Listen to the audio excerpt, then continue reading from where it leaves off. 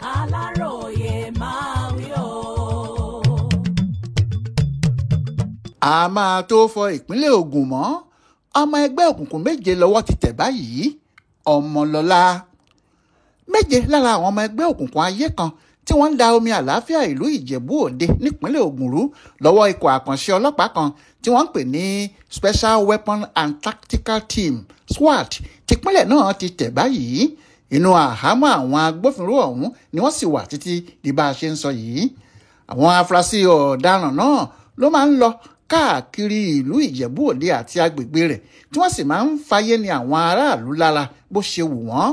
Àwọn afurasí ọ̀daràn náà ni Balógun Ibrahim, Tòwólawí Ọmọ́táyọ̀, Òṣòdì Olúwaṣeun, Nkechi John, Mustapha Aliyu, Ọpẹ́yẹmí Rashidi àti Mustapha Sikiru.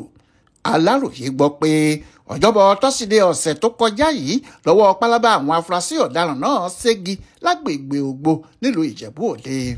Ọmọ ẹgbẹ́ òkùnkùn ayé ni wọ́n, bẹ́ẹ̀ ló jẹ́ pé ọ̀pọ̀ ìdígunjalè àti àwọn ìwà ọ̀daràn gbogbo tó ń ṣẹlẹ̀ láàrin ìlú náà kò ṣẹ̀yìn wọn.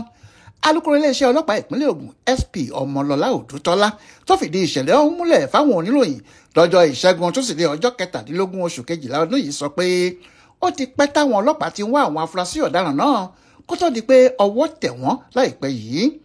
Àtẹ̀jáde kan tí wọ́n fi síta nípa ìṣẹ̀lẹ̀ ọ̀hún ni wọ́n ti ṣàlàyé pé ọjọ́bọ̀ tọ́sídẹ̀ẹ́ ọ̀sẹ̀ tó kọjá yìí lọ́wọ́ pálábá àwọn afurasí ọ̀daràn méje kan tí wọ́n jẹ́ ọmọ ẹgbẹ́ òkùnkùn ayé ségi agbègbè Ògbó nílùú Ìjẹ̀bú Òde nípínlẹ̀ Ògùn lọ́wọ́ ti tẹ̀ wọ́n.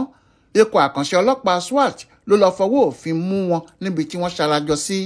Lásìkò tá a mú wọn, onírúurú nǹkan ìjà olóró bíi ìbọn ṣakabùlà olójú méjì, àdá, àáké, idà, igi àpólà, ọta ìbọn àti bẹ́ẹ̀ bẹ́ẹ̀ lọ la bá lọ́wọ́ wọn. À ń ṣèwádìí nípa wọn lọ́wọ́, a sì máa lo àwọn ọ̀rọ̀ tá a gbà lẹ́nu wọn láti fi mú àwọn ẹlẹgbẹ́ wọn yòókù. Lẹ́yìn náà la máa tó fojú gbogbo wọn pátá balẹ̀ ẹjọ́ fún ohun tí wọ́n ṣe. Bẹ́ẹ̀ ni Ọmọlọ́lá, alukoro àwọn ọlọ́pàá ìpínlẹ̀ Ògùn ṣe sọ. Adéwálé Adéoyè ló ṣàkójọpọ̀ ìròyìn ọ̀hún fún Aláròyé online television.